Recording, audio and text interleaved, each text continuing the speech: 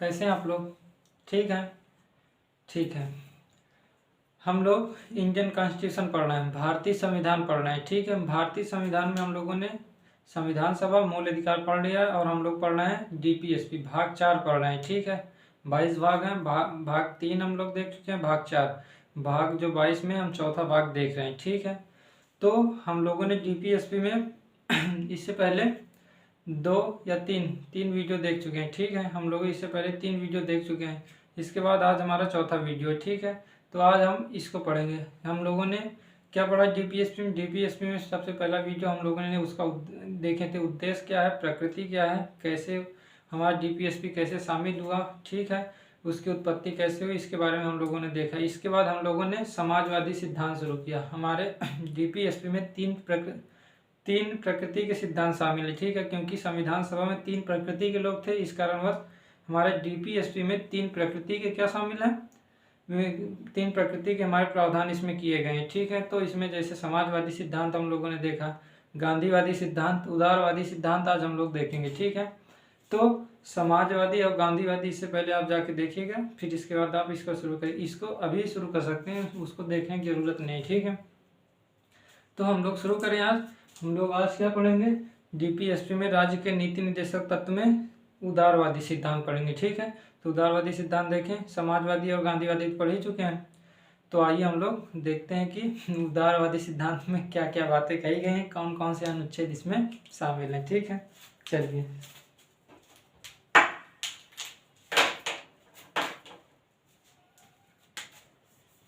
हमारा जो तीसरा सिद्धांत है कौन सा है? डीपीएसपी में 3 प्रकार के सिद्धांत बांटे नहीं गए हैं कि समाजवादी सिद्धांत अलग है, गांधीवादी सिद्धांत वहाँ पास जैसे आर्टिकल 36, 37, 38 इस तरह का सीरियल से ही रखे गए हैं। लेकिन चूंकि 3 प्रकृति के लोग शामिल थे, इसलिए जो अनुच्छेद है वो 3 प्रकृति में बटे हुए हैं। इस कारण से हम लोग सुविधा के लिए केवल पढ़ने के लिए इसको बांटे हैं। ठीक है। ये संविधान में इसको बांटा नहीं गया। ठीक है।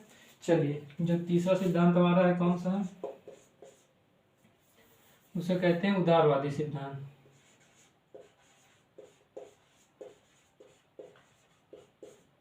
उदारवादी सिद्धांत। उदारवादी सिद्धांत में कौन कौन से आर्टिकल हम लोग देखेंगे? देखिए, हम लोग समाजवादी सिद्धांत में आर्टिकल 38 देखे थे, 39 देखे थे। ठीक है। फिर 41, 42, 43 और 47 किसमें देखे थे? समाजवादी सिद्धांत में इतने अनुच्छेद। फिर जैसे ही हमने गांधीवादी सिद्धांत देखा, वहाँ पर हम लोगों ने आर्टिकल 40 से शुरू किया, इसके बाद 43 को शामिल किए, फिर इसके बाद कौन सा शामिल किए? 46, फिर 47 और 48 इसको शामिल किसमें किए थे? हमने गांधीवादी सिद्धांत में। ठीक है। आप लोग सोच रहे होंगे कि कुछ अनुच्छेद इस तरह, तो कुछ अनुच्छेद क्या हुए? बटे हुए हैं, जिसके कारण वो समाजवादी और गांधीवादी में भी, और कुछ अनुच्छेद गांधीवादी और उदारवादी में भी है। ठीक है। तो हम उसको देखेंगे आज क्या है। इससे पहले हम लोग देख ही चुके हैं कि 43 और 47 समाजवादी में भी है और गांधीवादी में भी। उसी प्रकार आर्टिकल अभी हम लोग 48 देखेंगे, वो हम लोग वहाँ पढ़ चुके हैं। ठीक है। इससे पहले गांधीवादी में यहाँ भी थोड़ा देखेंगे। ठीक है। क्योंकि 42वें संविधान संशोधन द्वारा जोड़ा गया। ठीक है। 48 से। ठीक, चलिए। तो उदारवादी सिद्धांत में कौन कौन से हम आर्टिकल देखेंगे? सबसे पहले उसको देख लेते हैं। हम लोग आर्टिकल 44 देखेंगे। ठीक है। इसके बाद हमारा आर्टिकल होगा 45, इसके बाद 48, इसके बाद 49, इसके बाद 50, इसके बाद 51। ठीक है। आज ये कंप्लीट हो जाएगा। ठीक है। उदारवादी सिद्धांत, क्योंकि उदारवादी सिद्धांत में 51 तक अनुच्छेद ही है। ठीक है। शायद 36 से शुरू हुआ और 51 तक गए हैं। ठीक है। तो 51 तक आज इसमें पढ़ लेंगे। इसके बाद टकराव बचेगा। टकराव थोड़ा बड़ा वीडियो है, उसको जब समय मिलेगा तो उसको 2-3 घंटे में कंप्लीट किया जाएगा। तो उदारवादी सिद्धांत पे हम आर्टिकल 44 देखें। चलिए, हम लोग जो आर्टिकल आज देखेंगे वो होगा 44। ठीक है। क्या है 44 में क्या कहा गया? इसमें समान नागरिक संहिता या कानून के बारे में, समान नागरिक कानून कह सकते हैं, संहिता ही कहा जाता है। ठीक है। क्योंकि कोड का प्रयोग किया गया है, कोड संहिता को ही कहा जाता है। ठीक है। तो कोड भी एक प्रकार का कानून ही होता है। ठीक है। जो लॉ जिसे कहते हैं। ठीक है। तो वो कानून ही होता है एक प्रकार से। तो इसमें क्या कहा गया? समान नागरिक संहिता की बात की गई। समान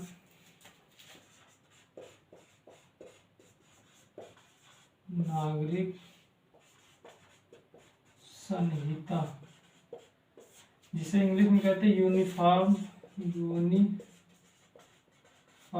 सिविल कोड, ठीक है, यूसीसी कहते हैं इसको, यूसीसी। देखिए क्या कहा गया आर्टिकल 44 में, राज्य का एक कर्तव्य होगा कि वह समान नागरिक संहिता यूनिफॉर्म सिविल कोड का निर्माण करेगा। अब आप लोग कह रहे होंगे ये क्या है, समान नागरिक संहिता होता क्या है, यूनिफॉर्म सिविल कोड क्या है, ठीक है। यूनिफॉर्म सिविल कोड जैसे देखिए बहुत सारे धर्म है, ठीक है, हिंदू है, सिख हैं, बौद्ध है, जैन है, मुस्लिम धर्म, तो ये पारसी धर्म, ये सभी धर्म है, ठीक है। इसमें कुछ ऐसी मान्यताएं हैं, कुछ ऐसी परंपराएं शामिल है जो वास्तव में होनी ही नहीं चाहिए, ठीक है। होने का मतलब जो पहले से चली आ रही हैं, लेकिन इस वर्तमान समय में पहले से तो देखिए सभी में कुछ ना कुछ खराब चीज़ें शामिल ही थी, ठीक है, कुछ जो अमान्य चीज़ें शामिल ही थी, सभी धर्मों में शामिल थे। धीरे धीरे धर्मों में क्या हुआ, परिवर्तन भी होता रहा, सुधार किए गए, ठीक है, नए नए सुधारवादी भी यहाँ की, ठीक है, जो धर्म में अलग अलग सुधार करते गए। लेकिन कुछ अभी भी ऐसे सभी धर्मों में, ऐसा नहीं कि केवल एक ही धर्म हो, सभी धर्मों में कुछ ऐसी चीज़ शामिल है जो उसमें परिवर्तन की आवश्यकता है, ठीक है। तो ये सभी परंपराएं जो आज के समय में अनुकूल नहीं है, ठीक है, उन सभी जो सभी धर्मों में, ठीक है, तो सभी धर्मों के लिए वो सारी परंपराएं जो आज के समय में लिए आज के समय के लिए सही नहीं है, उन सभी को मिलाकर जो कानून बनाया जाता है उसे कहा जाता है समान नागरिक संहिता कहा जाता है, ठीक है। जो मान लेते हैं किसी धर्म में एक ही चीज़ है शामिल है, मान लेते हैं विवाह से संबंधित है, विवाह मुस्लिम में अलग है, हिंदू में अलग है, जैन में अलग, बौद्ध में, मान लेते हैं ये है नहीं, ठीक है, कुछ में है कुछ में नहीं है, कुछ में सामान्य है, ठीक है। हमने लेट किया कि विवाह से संबंधित कोई मामला है जो सभी धर्मों में अलग अलग तरह से किया जाता है और वो आज के समय में सही नहीं है, ठीक है। तो जो इस संबंध में जो कानून बनेगा जो सभी धर्मों के लिए होगा वो किस में आएगा, समान नागरिक संहिता में आएगा, ठीक है। इसी तरह जितनी भी परंपराएं होंगी जो सभी धर्मों के लिए समान हो जाए, ठीक है, कानून बनाकर उस मामले में सभी धर्मों के लिए समान हो जाए उसे कहा जाता है समान नागरिक संहिता कहा जाता है, यूनिफॉर्म सिविल कोड।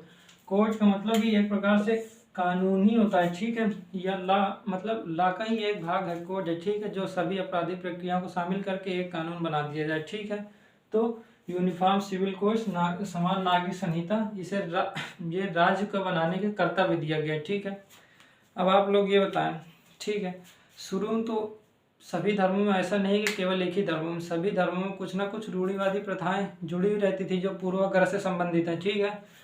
उसी प्रकार मुस्लिम धर्म में भी है, हिंदू धर्म में भी था और पारसी, अभी भी ऐसा नहीं कि हिंदू धर्म में सब ठीक है, ठीक है, उसमें भी कई प्रथाएं हैं, ठीक है। जैसे ऐसा ये आस्था का विषय है कि किसी पंडित को लेकर उस पर कोई कार्य कराया जाता है, ये आस्था का विषय है, लेकिन ये ठीक भी नहीं है कि पहले ये चली आ रही है, आज भी चली आ रही है।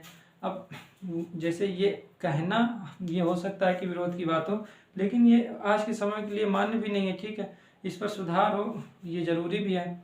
तो सभी धर्म में ऐसे ऐसे व्यवस्थाएं, जैसे मुस्लिम धर्म में बहुविवाह है, बहुविवाह का मतलब हिंदू धर्म में एक ही विवाह है, लेकिन जो मुस्लिम धर्म है उसमें 4 विवाह आज भी मानता है, ठीक है। जो 1937 मुस्लिम पर्सनल लॉ बोर्ड जो बना है, ठीक है, उसमें जो 1937 में बना था, ठीक है, उसकी जो धारा 2 है उसमें बहुविवाह के बारे में बताया गया है, ठीक है। तो ये सब आज के समय में अनुकूल नहीं है, ठीक है, इसमें परिवर्तन की आवश्यकता है। तो उस संबंध में सरकार चाहे तो क्या कर सकती है, समान नागरिक संहिता बना सकती, चाहे का मतलब सरकार चाहेगी, लेकिन विरोध तो होगा ही होगा, ठीक है। सभी धर्म की बात होगी, जहाँ धर्म की बात होती है वहाँ आस्था का विषय जुड़ा होता है, जहाँ आस्था का विषय होता है वहाँ विरोध होना तय रहता है, ठीक है। तो सभी धर्म में ऐसा नहीं कि केवल एक ही धर्म में विरोध होता है, सभी धर्म की ऐसी प्रकृति ऐसी है कि धर्म से छेड़छाड़ी करने पर विरोध होना तय है, ठीक है। तो कोई किसी न किसी सरकार को ये स्टैंड लेना ही पड़ेगा कि इस संबंध में कानून बनाए। अगर सभी सरकार इससे बचती रहेगी तो ये बताइए कभी सुधार हो पाएगा, नहीं हो पाएगा, यूनिफॉर्म सिविल कोड नहीं आ पाएगा, ठीक है। तो इसका समान अर्थ केवल हम लोग समान नागरिक संहिता हम लोग एक वीडियो देखेंगे, ठीक है। ये केवल इतना थोड़ा बहुत नहीं है, ठीक है, कि समान नागरिक संहिता क्या है, ये क्या चीज़ है, ये केवल इतना ही नहीं, ये बहुत बड़ा टॉपिक है, ठीक है। इसके बारे में हम लोग 1-2 घंटे वीडियो अलग से ही देखेंगे, ठीक है। आर्टिकल 44 पर केवल आर्टिकल 44 के बारे में, ठीक है। चूँकि हम लोग आज उदारवादी सिद्धांत में ये सभी देखेंगे, लेकिन इसके बारे में जब देखेंगे तो पूरा देखेंगे। इसके इस संबंध में जैसे सायरा की शाह बानो केस 1985 में ठीक है हुआ। इसके बाद सरला मृदुकल केस हुआ 1995 में। सायरा बानो हुआ ठीक है 2017 में। डेनियल लतीफ़ी 2002 में। तो इस प्रकार कई सारे इससे संबंधित समान नागरिक संहिता से संबंधित कई सारे कानून मतलब विवाद हुए ठीक है। उसके संबंध में इस कानून को लागू करने के लिए कहा भी गया, नहीं लागू हो पाया। कारण अलग अलग कारण थे ठीक है सभी में। 1985 में जब शाह बानो केस आया तभी ये व्यवस्था शुरू हो गई कि यूनिफॉर्म सिविल कोड लाया जाए ठीक है। उसमें न्यायालय कह भी दिया था कि देखिए अच्छा इसमें अगर मुख्य हम कहें कि कौन कौन से कानून मतलब विवाद आए ठीक है। शाह बानो वाद आया था ठीक है। कब आया था 1985 में ठीक है। इसके बाद सरला मृदुकल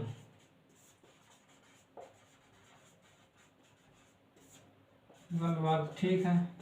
यूनियन ऑफ इंडिया के खिलाफ हुआ था ठीक है। भारत सरकार के खिलाफ हुआ था 1995 क्योंकि भारत सरकार का ही कर्तव्य कि जो रूढ़िवादी प्रथाएं हैं जो कानून या मूल अधिकार का उल्लंघन करे तो उनको खारिज करे। लेकिन जब सरकार ही नहीं कर पा रही तो उसी के खिलाफ किया जाएगा ना।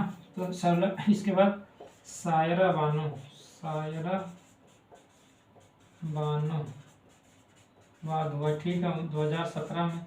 इसी प्रकार ये तीनों मुख्य हैं। इसमें बात यहाँ पर डेनियल लतीफ़ी 2002 में ठीक है। वो इसी जो ये वाद है इसमें जो सुप्रीम कोर्ट निर्णय दिया तो उसी को दोहराया गया ठीक है।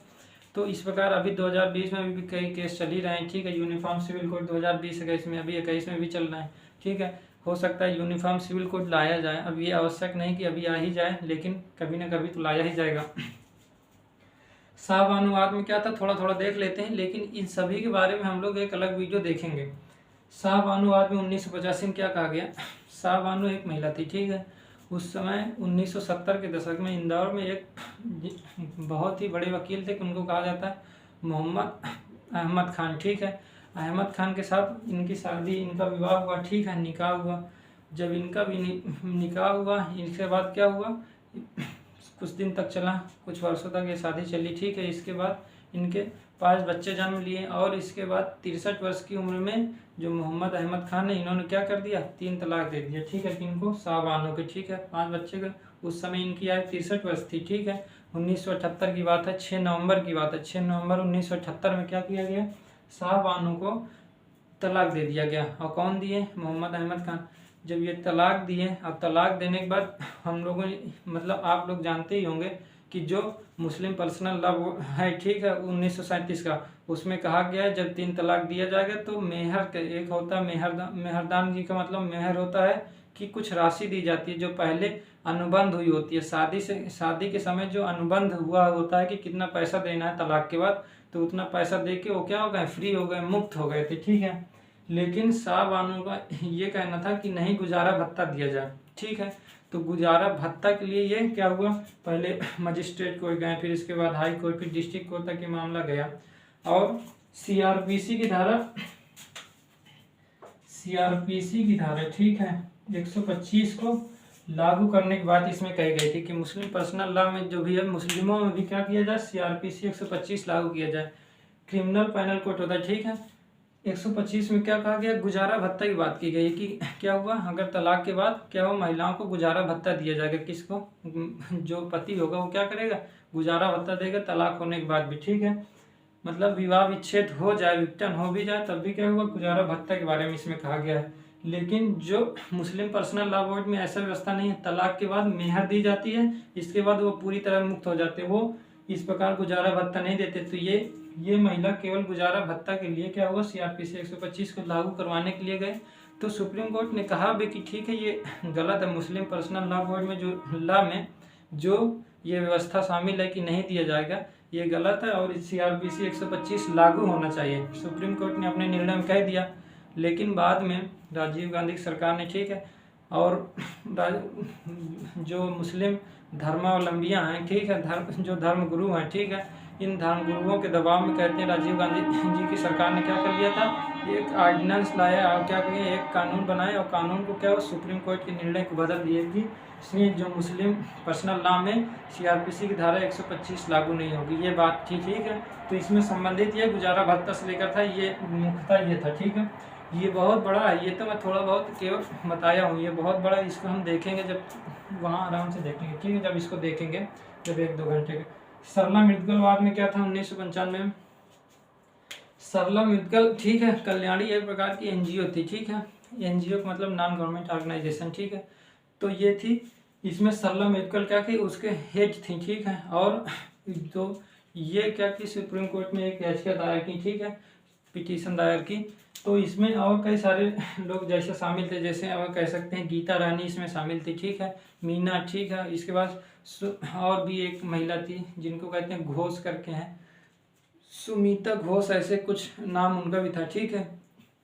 तो वो सभी लोग सुप्रीम कोर्ट में गए। केवल जो बहुविवाह शामिल है मुस्लिम में, जो मुस्लिम देखिए आप 1937 में मुस्लिम पर्सनल लॉ में बहुविवाह भी शामिल किया गया, 4 विवाह की बात कही गई, ठीक है। तो इसी के संबंध में इस सरला मृदुकलवाद में इसी के संबंध में कहा गया कि इसमें क्या कहा गया, ये इसमें ये लेके गया क्या कि यदि कोई व्यक्ति हिंदू है और हिंदू में हिंदू मैरिज एक्ट 1955 के अंतर्गत एक ही शादी कर सकते हैं, ठीक है। हमारे में जो हिंदू हैं 1955 में अधिनियम बना हिंदू मैरिज एक्ट, ठीक है, हिंदू विवाह अधिनियम, उसमें केवल और केवल एक विवाह के लिए मान्य है, दूसरा विवाह नहीं कर सकते। लेकिन मुस्लिम पर्सनल लॉ में 1937 के अनुसार उसमें 4 शादी करने के लिए मान्यता दी गई, ठीक है। तो इसमें यही कहा गया कि यदि कोई व्यक्ति हिंदू है, वो एक बार शादी कर ले किसी महिला से, इसके बाद वो दूसरी शादी करना चाह रहा है, तो वो इस्लाम अपना कर दूसरी शादी कर ले। तो हो सकता है ना कि वो इस्लाम अपना लिया, जब अब इस्लाम अपना लेगा तब वो क्या हो जाएगा, वो 4 शादी कर सकता है, तो वो दूसरी शादी कर ले। तो पहली शादी क्या होगी, जो हिंदू के अनुसार होगी वो क्या होगी, इसके बारे में बताया गया। क्या वो दूसरी शादी कर सकता है इस्लाम अपना के, ये सारी बातें इसमें आई, ठीक है। तो इसमें ये कहा भी गया कि सरला मृदुकलवाद में ये कहा गया नहीं, सुप्रीम, ये काफ़ी बड़ा है, मैं केवल थोड़ा सा बता रहा हूँ, ठीक है। इसमें यह कहा गया कि नहीं, कोई व्यक्ति यदि हिंदू पहले हिंदू था, शादी कर चुका है, ठीक है, लेकिन वो इस्लाम अपनाया था, वो शादी नहीं कर सकता। यदि शादी करेगा तो वो क्या होगा, वो शून्य घोषित हो जाएगी। इसमें एक आईपीसी 494 की बात कही गई। आईपीसी 494 के बारे में मुख्यतः था। आईपीसी 494 में यह कहा गया यदि कोई व्यक्ति हिंदू या जिसमें जैसे जैसे जैन हो गया, धर्म बौद्ध हो गया, ठीक है, पारसी ईसाई, ये सभी लोग हैं, ठीक है। इसमें एक ही विवाह के बारे में, ठीक है। 1872 में एक विवाह के बारे में ईसाई में आया था, 1936 में पारसियों के बारे में आया था, 1955 में हिंदू बौद्ध जैन ये सभी के एक विवाह के संबंध में कानून बनाया गया था, ठीक है। लेकिन जो मुस्लिम में है उसमें नहीं बनाया गया था। तो इसमें आईपीसी 494 में यही बात है कि कोई व्यक्ति यदि एक शादी करता है हिंदू अधिनियम के अंतर्गत या किसी जिसमें ज़्यादा विवाह करने की अनुमति नहीं है, तो वो अगर कर लेता है तो वो अपराध होगा, ठीक है। इसमें यही कहा गया है, ठीक है। इंडियन पैनल कोड में 491 में इतना ही कहा गया।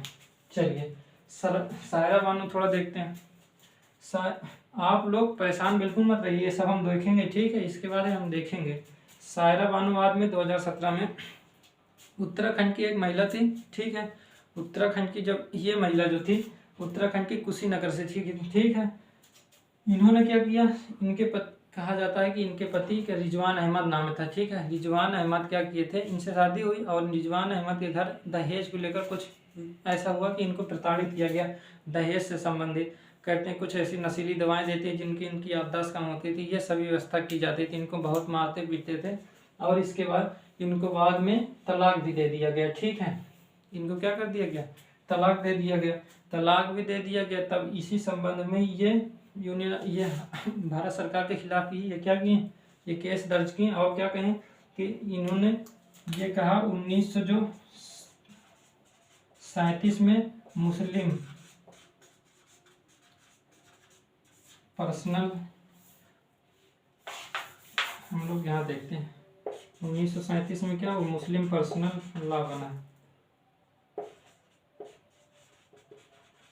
मुस्लिम पर्सनल लॉ बना, ठीक है। तो इस संबंध में जो इसमें कहा गया जो 3 तलाक से संबंधित है, ठीक है, जो 3 तलाक का मामला, ठीक है। तो ये कैसे क्या सिस्टम है, इसमें 3 तलाक का अगर मुख्य मुद्दा देखें तो 3 तलाक का ही था, ठीक है। 3 तलाक कह सकते हैं, बहुविवाह, इसमें जो भी कुप्रथाएं शामिल है, ठीक है, इसमें मुस्लिम में जो भी ये शामिल था उसको हटाने के बाद की मुस्लिम पर्सनल लॉ में अभी अभी परिवर्तन क्यों नहीं हो रहा, जब सभी धर्म में परिवर्तन हुआ तो इसमें क्यों परिवर्तन नहीं हो पा रहा, इसलिए ये भारत सरकार के खिलाफ भी क्या की केस दर्ज की थी, ठीक है। जब तो इसमें ये व्यवस्था की गई तो इसमें ये कहा भी गया मुस्लिम पर्सनल में 3 तलाक हम लोग देखेंगे। इसमें तलाक के बिद्दत को हटा दिया गया। तलाक 2 प्रकार के होते हैं, तलाक के बिद्दत, तलाक की सुन्नत, ठीक है। तलाक की सुन्नत अभी भी है लेकिन तलाक की बिद्दत हटा दिया गया।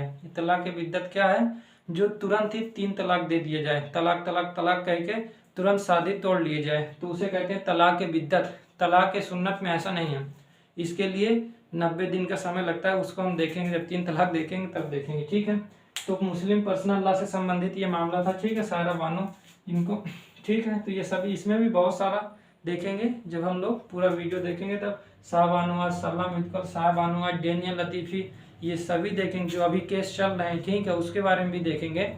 और आज की डिमांड भी है कि यूसीसी का निर्माण किया जाए, ठीक है। इसकी पृष्ठभूमि जानना आवश्यक है, ठीक है, तभी समझ में आएगा, तो हम लोग इसको देखेंगे, ठीक है। लेकिन आज हमारा ये टॉपिक नहीं, आज हमको ये सब पढ़ना है। जब हम अनुच्छेद 44 के बारे में देखेंगे तब हम लोग इसको अच्छे से देखेंगे, ठीक है। आज आप परेशान बिल्कुल मत रहिए। तो इसमें ये कहा गया समान नागरिक संहिता के बारे में कहा गया, केवल आप इतना अभी जानिए, इसमें मुख्य जो केस थे ये थे, लेकिन ये क्या थे अच्छे से हम लोग वहां देखेंगे, ठीक है।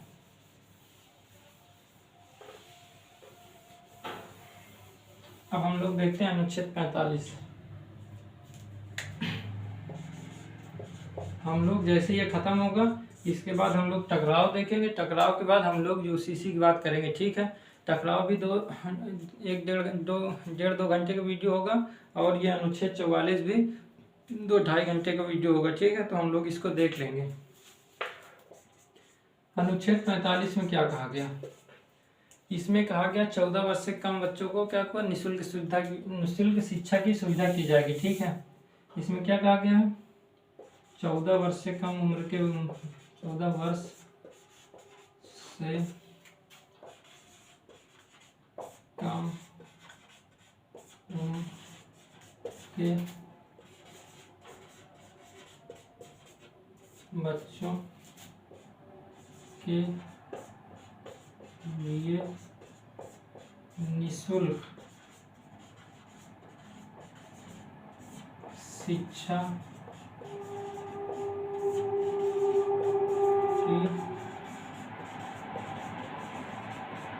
की व्यवस्था की जाएगी, ठीक है। इसमें कहा गया 14 वर्ष से कम उम्र के बच्चों के लिए निःशुल्क शिक्षा की व्यवस्था कौन करेगा, राज्य करेगा। ये जितने भी शामिल हैं, देखिए समाजवादी हो गया, गांधीवादी हो गया और हमारा उदारवादी सिद्धांत, ये सभी के कौन लागू करेगा, राज्य लागू करेगा। अनुच्छेद 36 और 37 में कह ही दिया गया है कि इसका कर्तव्य क्या होगा, इसको लागू करने का कर्तव्य राज्य का है। अनुच्छेद 37 में मूलतः कह दिया गया है कि ये राज्य के अगर नियम बनेंगे तो उसमें मूलभूत शासन के रूप में रहेंगे, ठीक है। तो ये क्या हुआ, इसका लागू करना राज्य का कर्तव्य है। तो 14 वर्ष से कम उम्र के बच्चों के लिए निःशुल्क शिक्षा की व्यवस्था की जाएगी और सरकार ने इस पर लागू भी किया। देखिए हम क्या 21 से शामिल ही किया गया, ठीक है, मूल अधिकार में, जिसमें शिक्षा का अधिकार है, जीवन के अधिकार 21 में ये शामिल ही कर लिए गए, ठीक है। आप लोग मूल अधिकार में देखे होंगे कि अनुच्छेद 21 में शिक्षा का अधिकार भी शामिल है, ठीक है। 14 वर्ष से कम उम्र के बच्चों को 21 में, ठीक है, कि शामिल कर लिया गया है कि निःशुल्क शिक्षा दी जाएगी, ठीक है। तो इसमें केवल इतनी बात कही गई थी, तो ये राज्य ही करेगा, ठीक है। जो यूनिफॉर्म सिविल कोड है अनुच्छेद 44, ठीक है, वो एक जगह लागू है भारत में, वो है गोवा, ठीक है। यूनिफॉर्म सिविल कोड गोवा में लागू है, ठीक है। तो हम लोग इसको जब पूरा देखेंगे तब सारी बातें आएंगी, ठीक है। चलिए आर्टिकल 48, इसमें क्या कहा गया है, आर्टिकल 48 में ये कहा गया है कि वन एवं वन्य जीवों के संरक्षण के बारे में। इससे पहले हम क्या देखें, गांधीवादी सिद्धांत में आर्टिकल 48 के बारे में क्या देखें।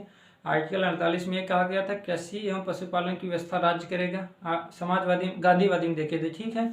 और दूसरी पॉइंट क्या कहा गया था कि गाय हो गया, बछड़ा एवं दुधारी पशुओं, जो दुधारू पशुओं क्या होगा, हत्या पर रोक लगाएगा। ये कर्तव्य किसका होगा, राज्य का होगा। लेकिन 48A जोड़ा गया, ठीक है, इसमें जो शामिल किया गया 48A। 48A में क्या कह दिया गया, कौन सा संविधान संशोधन द्वारा जोड़ा गया, 42वां संविधान, ठीक है, 1976 में 42वां संविधान संशोधन 1976 में हुआ, जिसमें 48A जोड़ा गया। इसमें कहा गया वन एवं वन्य जीव संरक्षण, वन एवं वन्य जीव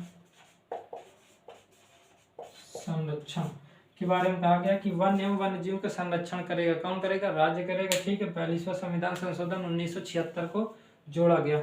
ये 48 वहाँ भी है, यहाँ भी, तो इसमें कंफ्यूज मत हो जाए, क्योंकि वहाँ 48 है, यहाँ 48 है। मैं बताया हूँ ना कि 48 को कई भागों में डिवाइड कर दिया गया, जिसके कारण कुछ प्रकृति वहाँ और कुछ प्रकृति यहाँ शामिल की गई, ठीक है। चलिए, तो आप लोग 3 अनुच्छेद देख चुके, 43 देखे होंगे, 42 भी है, ठीक है, 42, 43 और 47, 48, जिसकी प्रकृति अलग अलग होने के कारण बस अलग अलग सिद्धांत में शामिल हो गए, ठीक है। चलिए, इसके बाद हमारा 49 है।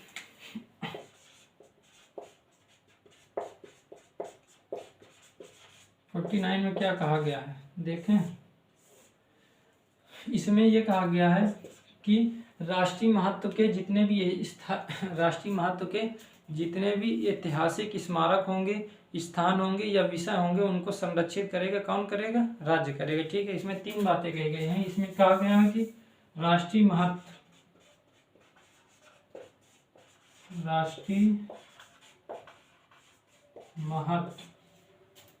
से संबंधित ऐतिहासिक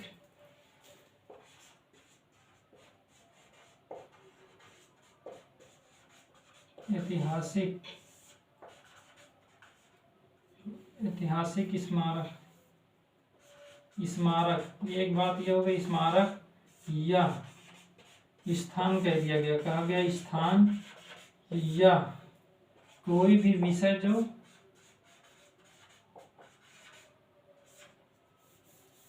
ऐतिहासिक स्मारक या स्थान या विषय को संरक्षित करेगा, संरक्षित करने का कार्य कौन करेगा, राज्य करेगा, ठीक है, राज्य करेगा।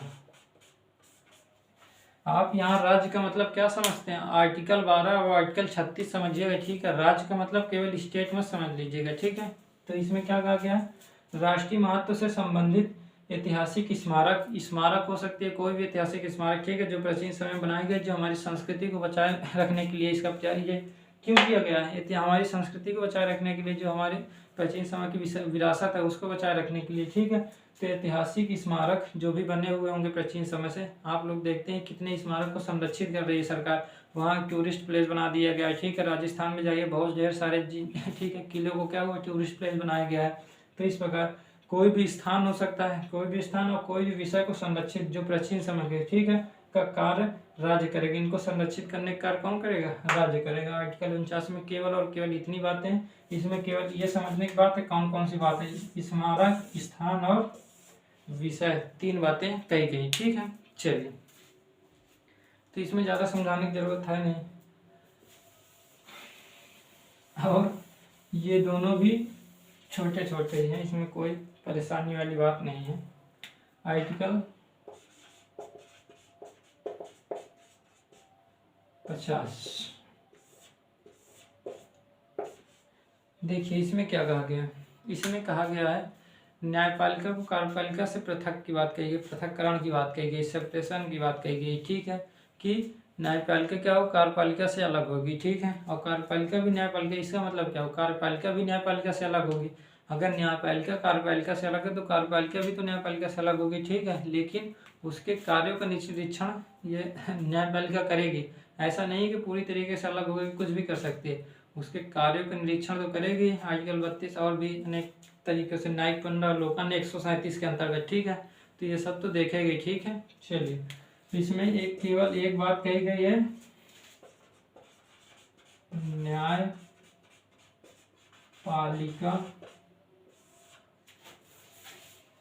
व कार्यपालिका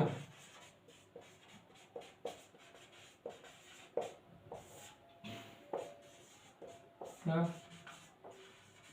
पृथक्करण की बात कही गई, ठीक है। न्यायपालिका और कार्यपालिका एक दूसरे से अलग होंगी, ये कह दिया गया है, ठीक है, कि न्यायपालिका और कार्यपालिका का पृथक्करण के बारे में कहा गया है कि न्यायपालिका कार्यपालिका से क्या होंगी, अलग होगी, ठीक है। इसमें कोई भी नहीं है कि न्यायपालिका कार्यपालिका के अधीन होगी, ऐसी व्यवस्था नहीं, ये दोनों अलग होंगी, ठीक है। एच.वी. पातस्कर, ठीक है, एक व्यक्ति संविधान सभा में शामिल थे, एच.वी. पातस्कर नाम के। उन्होंने ये कहा था कि कोई ऐसी संस्था होनी चाहिए जो सरकार से अलग हो, ताकि उनके कार्यों का निरीक्षण हो सके, अन्यथा क्या हो जाएगी, सरकार तो तानाशाही बन जाएगी। इसलिए उनके कार्यों के निरीक्षण के लिए कोई एक स्वायत्त संस्था होनी चाहिए जो सरकार के कार्यों क्या करे, निरीक्षण करे। इसलिए एच.वी. पातस्कर नाम था, ठीक है। तो उन्होंने संविधान सभा में ये कहा भी था। तो न्यायपालिका कार्यपालिका का पृथक्करण अनुच्छेद 50 में शामिल भी कर लिया गया, ठीक है। सभी फिर मतलब काफी बहस हुई, इसके बाद इसको शामिल किया गया, ठीक है। हमारे संविधान सभा में ऐसा नहीं है कि कोई व्यक्ति कुछ भी कहता तो उसको शामिल कर लिया जाता, बाकायदे उस पर चर्चा होती थी, ठीक है। और सभी के जब उस पर सभी लोग राजी हो जाते थे तभी उसको शामिल किया जाता था, मतलब ज़्यादातर लोग सहमत ही हो जाते थे, ठीक है, तभी शामिल किया जाता था। वोटिंग नहीं कराई जाती है कि 100 लोग उपस्थित है, 51 कह दिए तो शामिल कर लिया गया, ऐसा नहीं है। वहाँ सभी लोगों की सहमति आवश्यक होती थी, तभी शामिल किया जाता था, ठीक है। तो ये सभी लोगों की सहमति से ही किया गया था संविधान सभा में, ठीक। चलिए, अब हमारा जो बचा है आर्टिकल 51, इसमें क्या कहा गया है, अंतर्राष्ट्रीय संधियों के बारे में इसमें कहा गया है। अगर इसमें कहें तो क्या कहा गया है, अंतर्राष्ट्रीय संधियों के बारे में, ठीक है। अब हम लोग देख लेते हैं अंतर्राष्ट्रीय संधि क्या है। इसमें 4 बातें मुख्य रूप से कही गई हैं। इसमें ये कहा गया है कि राज्य क्या करेगा, राज्य, ठीक है, प्रोत्साहित करेगा पर राष्ट्रीय नीति, अंतर्राष्ट्रीय नीतियों को प्रोत्साहन करेगा, ठीक है, शांति पर आधारित होगी। राज्य क्या करेगा, अंतर्राष्ट्रीय नीतियों को क्या करेगा, अंतर्राष्ट्रीय नीतियों को लागू करने के लिए शांति और सम्मान पर आधारित होने प्रोत्साहित करेगा, ठीक है। दूसरा कहा गया कि जो संबंध बनाएगा, जो भारत किसी राज्य संबंध बनाएगा किसी देश से, जो अंतर्राष्ट्रीय देशों से संबंध बनाएगा तो न्यायपूर्ण होना चाहिए और सम्मान पर आधारित होना चाहिए।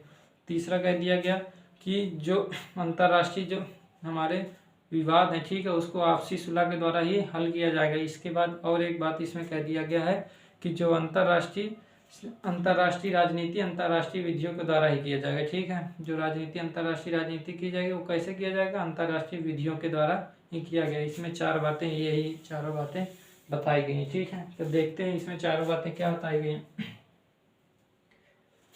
तो हम इसको यहाँ लिख दें क्या, ऐसे करके फिर बनाते हैं, ठीक है। यहाँ लिखते हैं आर्टिकल 51 है, ठीक है। क्या कहा गया इसमें, देखते हैं।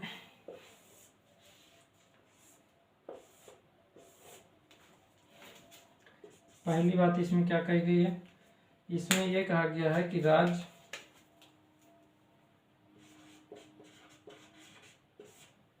क्या करेगा, राज्य प्रयास करेगा, राज्य अंतरराष्ट्रीय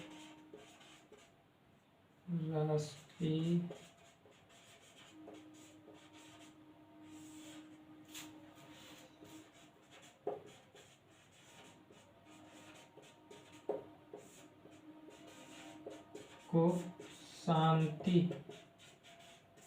एवं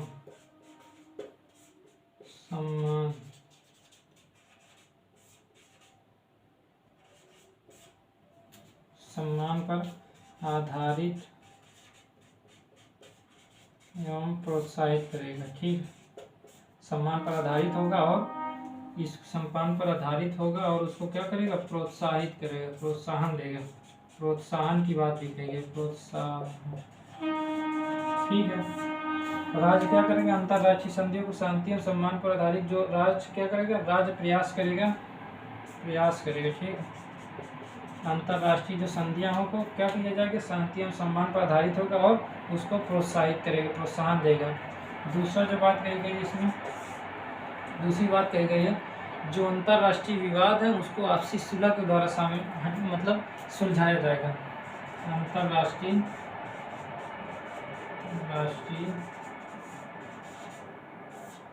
विवादों को क्या किया जाएगा, विवादों को आपसी सुलह के द्वारा, आपसी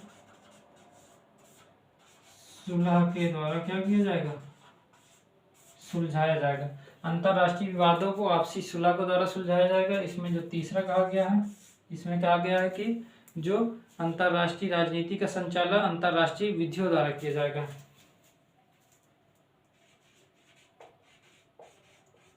अंतरराष्ट्रीय क्या हुआ, राजनीति का संचालन, राजनीति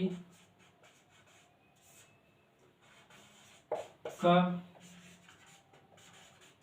संचालन अंतरराष्ट्रीय विधि द्वारा, ठीक है, अंतरराष्ट्रीय कानूनों द्वारा, अंतरराष्ट्रीय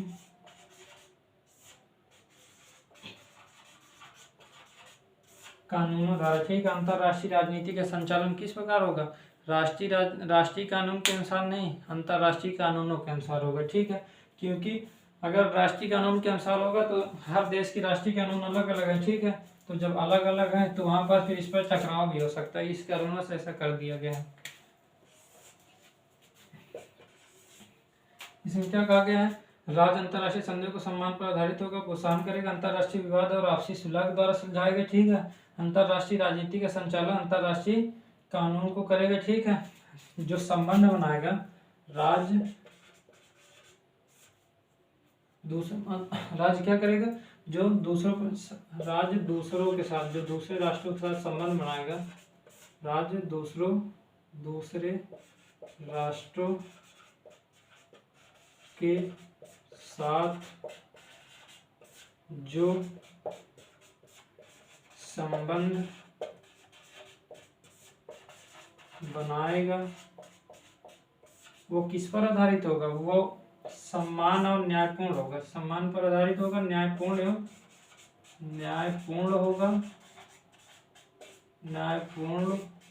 होगा और किस पर आधारित होगा, सम्मान पर आधारित होगा। जो संबंध बनाएगा, ठीक है, राज्य हमारा जो देश जो दूसरे राष्ट्रों के साथ जो संबंध बनाएगा वो न्यायपूर्ण होना चाहिए और क्या होना चाहिए, और साथ ही साथ वो सम्मान पर भी आधारित होना चाहिए, ठीक है, गरिमापूर्ण, ठीक है।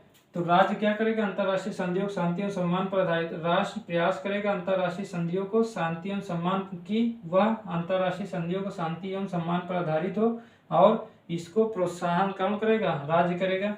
अंतरराष्ट्रीय विवादों को हल जो किया जाएगा, सुलझाया जाएगा, वो आपसी सुलह के द्वारा किया जाएगा। अंतरराष्ट्रीय राजनीति का संचालन अंतरराष्ट्रीय कानूनों के द्वारा किया जाएगा। राज्य दूसरे राष्ट्रों के साथ जो संबंध बनाएगा वो न्यायपूर्ण होगा, साथ ही साथ सम्मान पर भी आधारित होगा, ठीक है। चलिए, ये केवल और केवल ये किसमें था, अनुच्छेद 51 आर्टिकल 51 में इतनी बातें थी, कोई परेशानी इसमें, ठीक है। तो ये इतनी बातें आर्टिकल 51 में थी, तो हम सभी देख चुके हैं। आर्टिकल 44 में क्या थी, 45, 48, 49, 50, 51, ठीक है। इसको हम लोग आर्टिकल 44 देखेंगे, ठीक है। यूनिफॉर्म सिविल कोड थोड़ा बहुत नहीं है, ठीक है, इसको समझना जरूरी भी है, ठीक है। और ये काफ़ी बड़ा है, तो जितने केस हैं ये तो बहुत नॉर्मल बताया गया, ठीक है। आर्टिकल 44 जो बताया गया एकदम थोड़ी सी बात बताई गई कि इसमें केवल कितनी क्या है, केवल इतना बताया गया, ये कैसे शुरू हुआ, क्यों जरूरी है यूसीसी लाना, क्यों जरूरी है, ठीक है। ये सारी बातें हम लोग देखेंगे। अभी इसमें बहुत सारे केस हैं, ठीक है, ये तो 2-3 केस बता के थोड़ा, वो भी थोड़ा बहुत बताया गया है, पूरा तो कंप्लीट नहीं हुआ, ठीक है। तो यूनिफॉर्म सिविल कोड काफ़ी बड़ा है, इसको हम लोग किसी दिन अच्छे से वीडियो में देख लेंगे, ठीक है, एक साथ। तो इतना ही था, ठीक है। चलिए रफ कर दें।